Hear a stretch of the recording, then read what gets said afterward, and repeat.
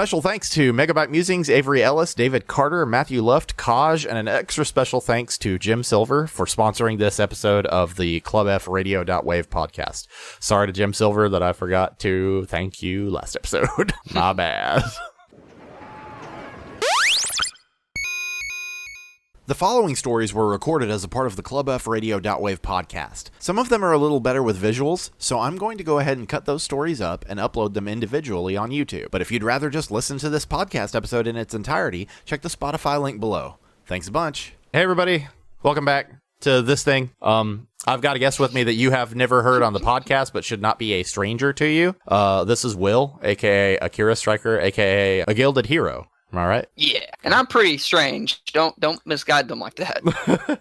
The way that we're kind of doing the podcast now is we're trying not to have more than 3 people at a time, so it's kind of work out to where it's going to be probably like me and Chase and a guest at a time. And it really makes a lot of sense for Will to be the guest today, not only because of our topic matter, but also because he has taken a much more active role in Bro Op as of late, and I feel like he needs an opportunity to kind of introduce himself. So first, before we really do any of that, I wanted to tie this into today's topic. We are going to be talking about Dungeons and Dragons. More specifically, we're going to be telling stories about past Dungeons and Dragons games that we've played, to try to kind of ease you into our inside jokes, because I am going to try my very best to put out a radio show of our current campaign soon. And our current campaign is full of weird fan service to our old campaigns. and if you don't want to be on the outside of those jokes, you will need to keep up with this. But as for how that ties into Will, I didn't used to like Will. Hey! I sort of became friends with Will through Dungeons and Dragons. Before I really got to know Will, I just knew him as an acquaintance of Ian, Ian being Justice, who's been on our podcast before, who's been in episodes before. And so we kind of laid out a group of people that we were going to play D&D with for the first time. I had learned how to play D&D through a friend of mine from school, and I was finally going to run my own game, and I didn't really fully understand what I was getting into in terms of the number of people I was inviting. And once I finally realized that, I was like, holy shit, we're going to be in trouble. And there was a lot of drama surrounding that. One of my friends got irritated before the game even started about how I was giving people creative freedom to run their characters, and so I kicked him out of the game, and then he came back and pitched a fit, and I let him back into the game. And so day one, when we have our first campaign, Will doesn't show up, and I'm irritated, and Ian's just like, I'm sorry, I'll tell him if he doesn't show up next time he's out of the game. And I was just like, okay. And mentally I was just like, maybe he just won't show up, because it's too many people already, and I don't fucking like Will. And then he showed up game 2, and he was the only one playing like he didn't have his head up his ass. And I was like, that probably came from a lot of experience in the past playing it. Tell us a little bit more about how long you've been playing D&D. I started playing 2nd edition with my dad and his friends back when I was 6, 7. So how old am I now? 20? About 20 years I've played it. But there was a long gap when I hadn't played it. Like, I didn't even smell 3rd edition. So there was a long gap from me playing it, but I still had vague memories of how to. Right. Just had to catch up with all the differences. On top of everything, and this is just so fucking typical for me, but whenever I started D&D, there was a big rift in the D&D community between people who played 4th edition and people who played 3.5. And because I learned on 4th edition, that's what we played, and everybody I've met since then has turned their fucking nose up at me because apparently 4th edition was the redheaded stepchild of D&D, but it worked great for what we did. I got to know Will, and Will and I are super tight. We've had really serious conversations. Will's really fucking funny, and Will is just like me in the sense that sometimes he doesn't know when to stop talking. So here's the way that we're going to do this. I am going to go through several green texts that I've written for Reddit to tell several different D&D stories. We're going to get through as many of them as we can without being like, all right, this isn't fun anymore. And we're going to give you additional context. But before... Jeez, I don't think I've read all of these. Don't worry about those right now, because I never did write one for our very first game. So I'm going to go ahead and talk about our very first game first. The very first D&D game I ever ran was a game that I called Keys to the City.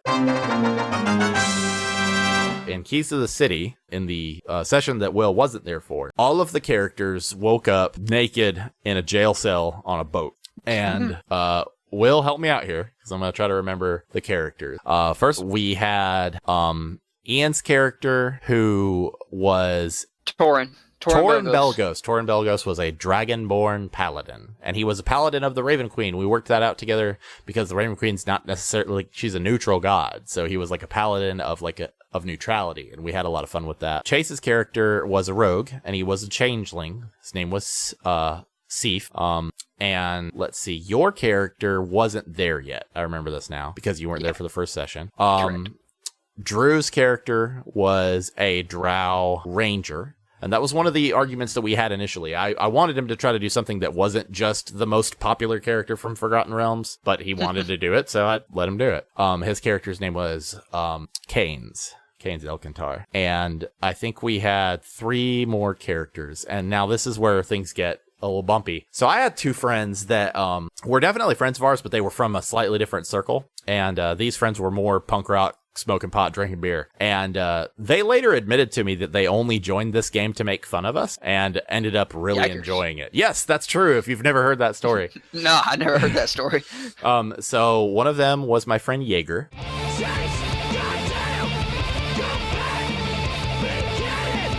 Who demanded he play as a robot who sold cats. So we made him a Warforged.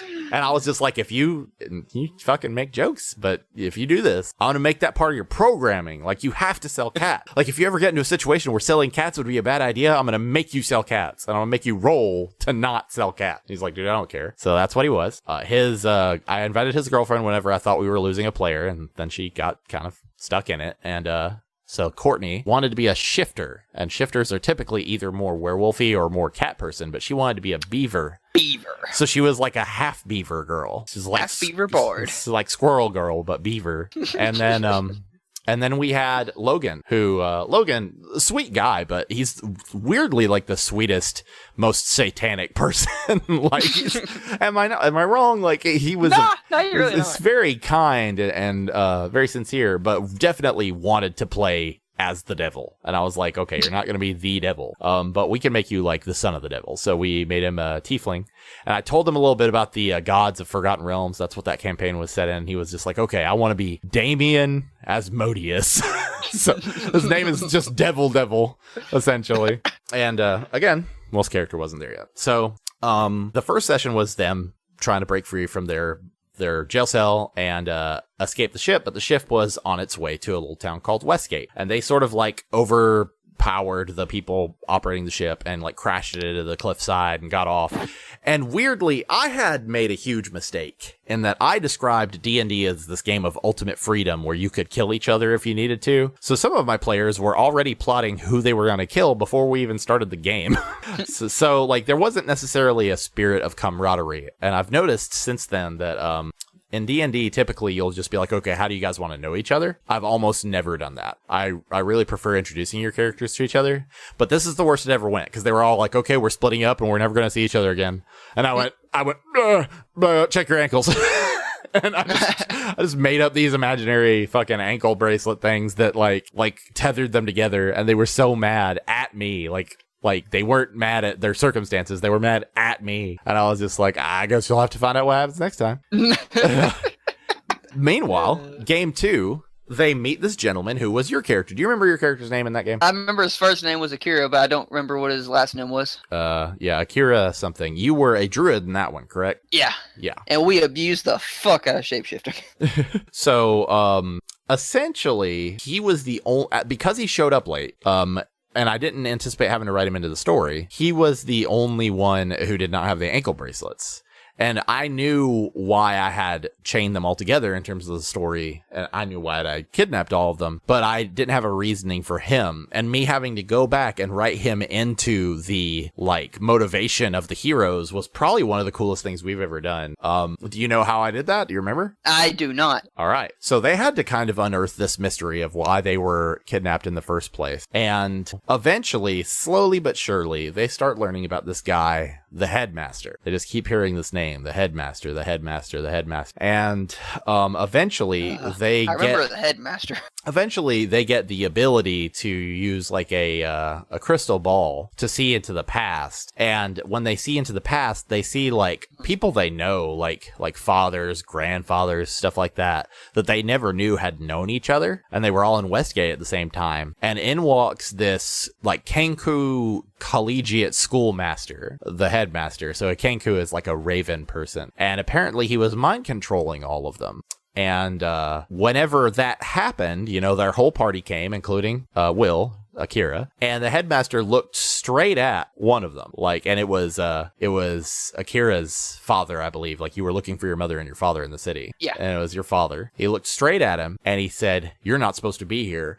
And he stabbed Akira's father and stabbed Akira through time somehow. And I had like everybody at the table just being like, "He can't do that." And I was just like, "I'm God. I can do what I want, Yeah. guys." Like, I haven't trusted you with daggers since. So essentially, that was my way of like looping him into the story. And so like, even though he had not been one of the ones kidnapped, and his father was not one of the ones that the headmaster needed, he still had a reason to hate the headmaster. So from there, essentially the plot was really contrived. Like all of their like forebears had like adventured together in this city and had locked this enormous door with their souls so that only they could open it. And that's why the headmaster was trying to kidnap people of their bloodline so that maybe he could force the door open again. That game kind of fell apart. We had some cool shit happen. Ultimately, I had to speed the game to an ending. And several of the people who had started playing with us weren't in the game anymore. So I was like, okay, you found the gate or whatever. You found it. And he's said, fuck it. And he's made Warforged versions of all of you that have your like souls in them. I don't know. He did it. And he's about to open the door. So go kick his ass. And one thing that I was excited about was that, you know, even though not all my players were there anymore, the story was already in place. So they had to beat all of them. Because even though they didn't have enough help, even though enough of the players didn't show up, they still had to kill all of them. They had to kill him. And the dagger that he had was specifically for stealing souls. It could siphon people's souls into the dagger. And when they killed him, they siphoned his soul into the dagger. And I don't remember if they did anything with it, to be real. I don't think we did. Yeah. But also, I think the thing that I'm most ashamed of in that game that I've learned a lot from is that because I got so invested in their individual stories and their impact on the overall story, I had one opportunity to let a character die, and I didn't. And Will, do you remember that well? Is that the cave? Tell him about the cave. I don't remember much about the cave except the cave happened, to be honest with you.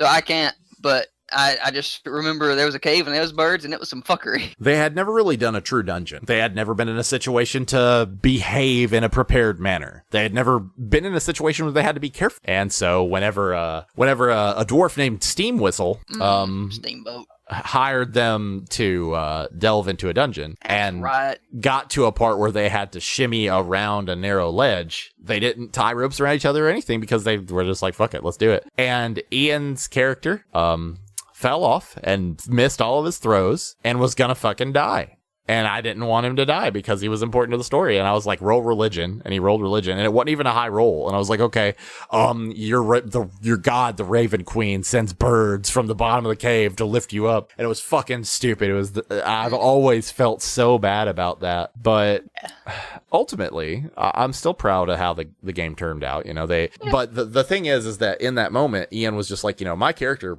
I'll roll a new character that's my character coming back as a Revenant. And a Revenant is essentially like this undead agent of the Raven Queen. And so I gave him the opportunity to do that later, but I also made things worse because it kind of let him steal the show. And it also let Logan steal the show because his character was chaotic evil and Drew's character was lawful good, basically. And they clashed all the time, not just as characters, but as people, because they had creative differences about how to go about things. So I was trying to give Logan an opportunity to really flex his muscles. I had his father, the devil, just be like, all right, once you get through that door, I want you to take control of whatever's in there. And what was in there was essentially these scales that represented the balance of good and evil. And I went into it with the wrong attitude, which was they should be aiming for neutrality, which is more or less Ian's whole thing. So that's where I made a mistake with that campaign. I learned a lot running that one. I learned it's really hard to have like individual subplots for all of your player characters, especially if you have a lot of player characters.